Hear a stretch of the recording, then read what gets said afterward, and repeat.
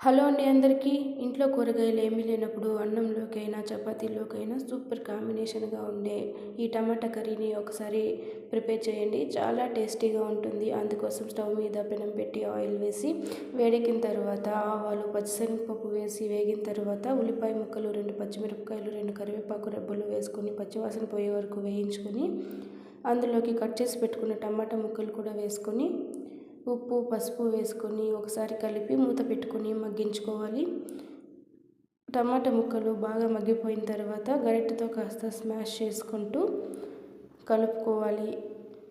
తర్వాత ఇందులోకి 1 table spoon ధనియాల పొడి, మీ కారానికి సరిపడినంత కారం పొడి కూడా వేసుకొని తగినంత వాటర్ పోసుకొని 5 నిమిషాలు ఉడికించి స్టవ్ ఆఫ్ చేసుకోవాలి. చాలా టేస్టీగా ఉంటుంది. ఒకసారి ట్రై చేయండి. వీడియో నచ్చితే లైక్ చేయండి, షేర్ చేయండి. అలాగే మన ఛానల్ని సబ్స్క్రైబ్ చేసుకోండి.